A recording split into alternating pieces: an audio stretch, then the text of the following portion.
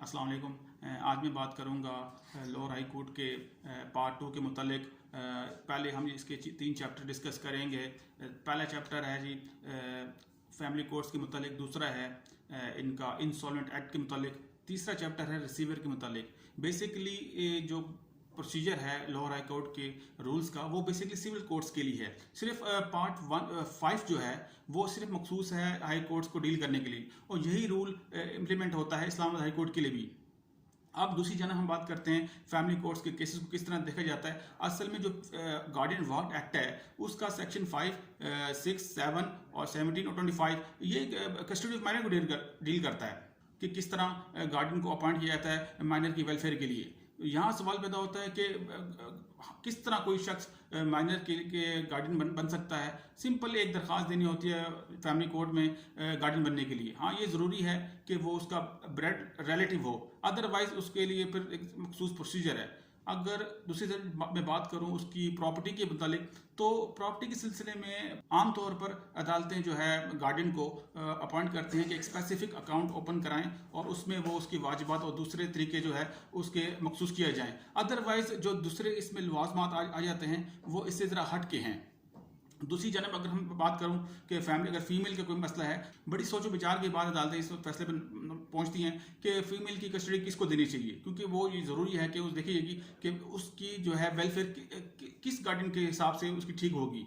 दूसरी जानब अगर मैं बात करूं माइनर के केसेस के सिलसिले में, वो भी गार्डियन ही के सुपरविजन में फाइल किए जाते हैं। अदरवाइज माइनर खुद से अगर तो उसकी एज 18 साल से कम है तो वो अंडर रिव्यू हो सकता है, लेकिन अगर कोई शख्स माइनर का गार्डियन बना है तो वो 21 साल तक उसको गार्डियन मुकर्रर रख सकती है कोर्ट। बाकी ये मामला डिपेंड करते हैं, केस टू केस वेरी देखे जाते हैं।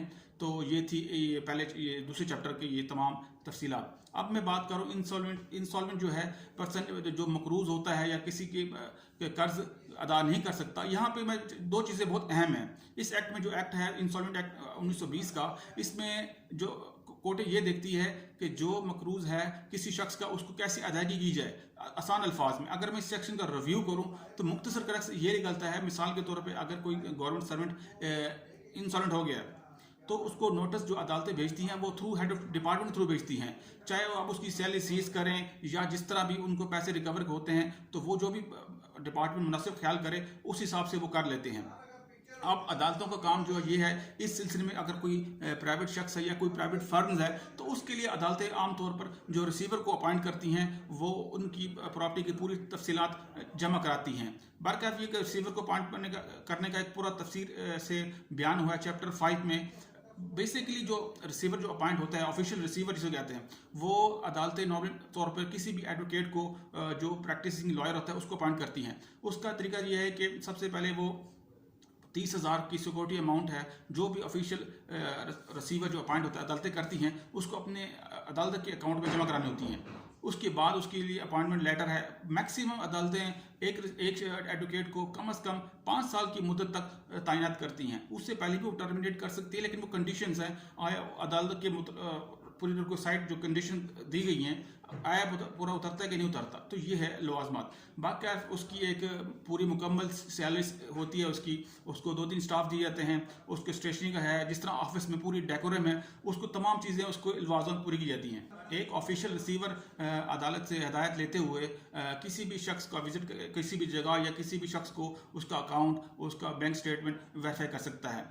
यहाँ मैं चीज़ बताता जाऊँ, इन तमाम लवाजमात को पूरा करने के लिए एक ऑफिस का क्रिएट किया जाता है ऑफिशियल रिसीवर के लिए। वहाँ वो अपने अकाउंट्स की बुक जितने भी लवाजमात हैं, रिसीविंग है, सेल डीड के मुतालिक कोई चीज़ है, मॉर्गेज किसी की प्रॉपर्टी अटैच कर दी है या मॉर्गेज या किसी चीज़ रेलेवेंट प्रॉपर्टी से जितने भी लवाजमात हैं वो अपने एक बाकायदा प्रोसीजर रिकॉर्ड रखा जाता है। और अदालतों पे ये फ़र्ज़ है कि वो साल के अंदर या हर महीने वो अपनी रिपोर्ट जो है ऑफिशियल रिसीवर को चेक कराए अदालत को, आया इसमें कोई लकूना तो नहीं रह गया। अगर अदालतें समझती हैं कि ये ठीक है तो उसकी सर्विस कंटिन्यू कर सकती हैं, या वो एक से दूसरी अदालतों को भी वो या किसी दूसरे डिस्ट्रिक्ट में भी वो अपॉइंट हो सकते हैं। बरकैफ ये हर डिस्ट्रिक्ट से प्रोसीजर है, लेकिन फॉलो ये लोअर हाई कोर्ट के ही किए जाते हैं। जितने भी इसके अलावा जितने भी नमूना जात हैं रिसीविंग से लेकर अटैचमेंट प्रॉपर्टी से लेकर अगर माइनर की कोई कस्टडी है, जितने भी लवाजमात हैं और स्पेसिफिक नमूना जात lower high court rules volume 2 में रख दिए गए हैं अवाम उन्नास की फ़ायदे के लिए और वकला के लिए और इवन ऑफिशियल रिसीवर की जवाबदेही के लिए और इवन कोर्ट अपने काम को आसानी से सर अंजाम देने के लिए मुख्तलिफ वक्तन ऑर्डर्स करती रहती हैं और इसके हिसाब से नमूना जात में भी तरमीम होती रहती है। तो ये थी जिनी पहला part 1 lower high court rules का। तो इस सिलसिले में मैं बनाऊंगा 3-4 चैप्टर जो आखिरी रह गए हैं उस पर भी वीडियो। तो आज के लिए इतने, फिर मिलेंगे नेक्स्ट वीडियो में। खुदा। अस्सलाम वालेकुम।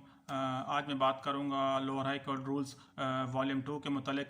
पिछले वीडियो हमने जाना लोअर हाई कोर्ट के जो मेन क्रक्स हैं रूल्स, और इस वीडियो में बाकी 3 चैप्टर में बात करूंगा चैप्टर 6, 7 और 8 के मुतालिक। सबसे पहले अगर मैं बात करूं चैप्टर 6, वो डिफ़ाइन करता है सक्सेशन सर्टिफिकेट के मुतालिक। उसका एक पूरा प्रोसीजर डिफ़ाइन है। हालांकि ये तो यहाँ पे सिर्फ जस्ट कैजुअल तौर पे दिया गया है कि बाकी जितनी भी वो सेक्शंस हैं और रेलिवेंट कंडक्ट है, जिस तरह जज सेक्शन सर्टिफिकेट इशू करता है किसी भी क्लाइंट को, तो ये उसी में साथ मिलता जुलता ही एक्ट है। अगर मैं रिवाइज करना चाहूँ तो वो इस तरह है कुछ कि सक्सेशन सर्टिफिकेट बेसिकली कोई भी क्लाइंट अगर अप्लाई करता है उसके दर्ज अवामिल का होना बेहद ज़रूरी है।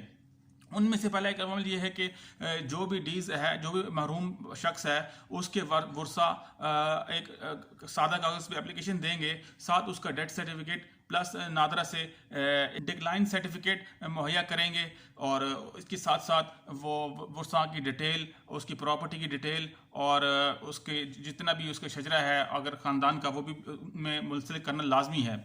यहाँ मैं पता चलूँ कि कोई भी शख्स महरूम जो है, महरूमा जो है, कोई शख्स जो फोत हो चुका होता है, उस मुतफ़क्की की जो है बेवा को 1/3 उस प्रॉपर्टी से में हिस्सा मिलता है। बाकी जो हिस्से हैं 2/3 वो बाकी बच्चों में तकसीम होते हैं और बाकी वर्सों में तकसीम होते हैं। ये एक चीज़ है। यहाँ मैं बताता चलूँ कि जो सक्सेशन सर्टिफिकेट है वो डिस्ट्रिक्ट जज या कोई भी हाई कोर्ट का जज वो उसको जारी कर सकता है।